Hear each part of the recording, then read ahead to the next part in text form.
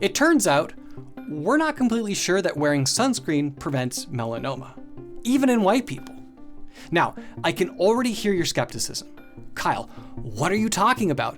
Everybody says it does. All the public health agencies say it does. Why are you saying it doesn't? Now, to be clear, I'm not saying that sunscreen absolutely doesn't prevent melanoma. I'm just saying that when we look at the literature, there isn't a whole lot there. Probably much like you, I had assumed there was a lot of research on this, and that we were really certain that sunscreen stops melanoma. But there isn't, and we're not. I'm also not saying that you should stop wearing sunscreen. If you're a white person like me, you should still be wearing sunscreen. But if you're a person of color, there I'm less sure. I made a video a few weeks back on that subject, if you want to know more about it.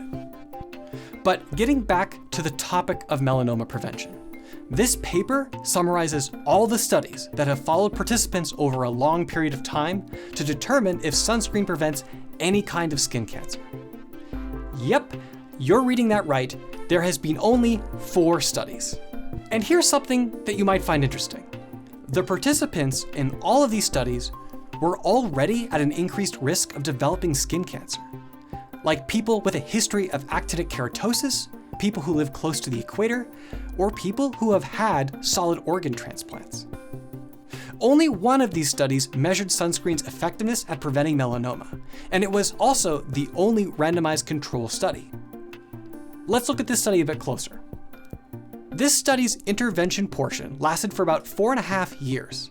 Participants in the experimental group were given a free, unlimited supply of SPF 16 broad-spectrum sunscreen and were told to apply it every morning to their head, neck, and arms.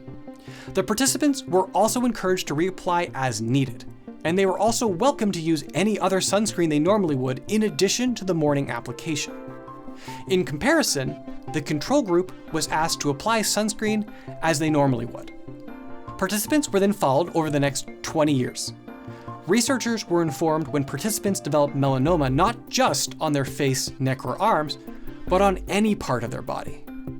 And the results were inconclusive. In the control group, 22 people out of 809 were diagnosed with melanoma. In the experimental group, 11 people out of 812 were diagnosed with melanoma. This means that if sunscreen did have a protective effect, the absolute risk reduction here was around 1%, which means that if 100 people wore sunscreen, only 1 person would have avoided melanoma. But because melanoma is relatively rare, very few people in either group actually develop melanoma. And so the study just didn't have enough participants to give us a meaningful answer. Moving on, there are 2 other meta-analyses that looked at the effectiveness of sunscreen at preventing melanoma. These papers included other study types like case-controlled studies, and both of these papers found the same thing, that the evidence is weak. And that's it. That's all we've got on how effective sunscreen is against melanoma. One borderline inconclusive long-term randomized control trial, and a handful of meta-analyses looking at case-controlled research, which all show that the evidence that sunscreen prevents melanoma is weak. The point here isn't to say that any of this research is bad. I actually think for the most part that the randomized control study did a pretty good job at testing sunscreen's impact on preventing melanoma. They just didn't have a large enough sample size. My point is to show that there just hasn't been much research at all. And I suspect that's partly telling of how hard it must be to do this kind of research. Making sure that more than 800 people put on sunscreen and the same amount of sunscreen in the same places as everyone else each day, every day, for more than 1,600 days is a tall order. And if you're following these people for 20 years, even more so. But there are also other confounding variables that are just hard to separate. People who wear more sunscreen are probably people who spend more time in the sun and therefore are at a higher risk of developing skin cancer. It's also hard to account for how well people apply sunscreen and the activities that they're doing while outside that might affect the sunscreen's effectiveness. There's just so much variability here that's hard to account for. The issue I take with all of this isn't with these studies or the lack thereof. It's with the messaging of sunscreen to the public. it kind of feels like public health agencies and sunscreen manufacturers are being a little dishonest with their very specific messaging. Sunscreen prevents melanoma. Now, I get the importance of having a simple, digestible message for the general public, but it's a double-edged sword.